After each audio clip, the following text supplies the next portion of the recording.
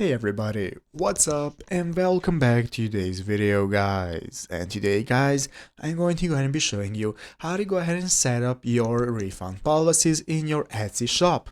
This is a very simple thing to do, so make sure to watch this quick and easy video till the very end, follow my steps correctly, so you can make sure that this works the same for you and you can do this yourself. But yeah guys, let's get straight into it. So the first thing we want to do is to go ahead and open up the official Etsy website right here, etsy.com, if you have not already. So after opening it up, this is going to be the main page you're greeted by. From here in the upper right corner, the first thing we can do is go ahead and log into your account if you have not already. And if you do not already have an account, you can just go ahead and create one.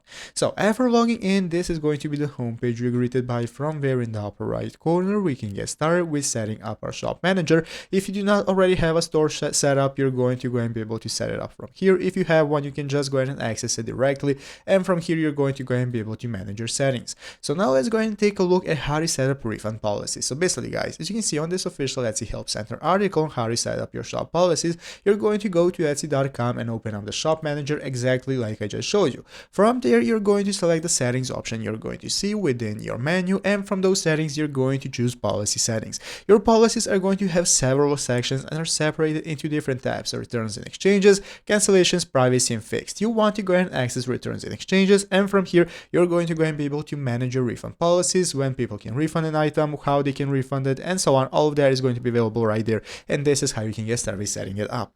So I hope this video was helpful. If it was, make sure to leave a like, subscribe to the channel. Thanks for watching, take care, and bye.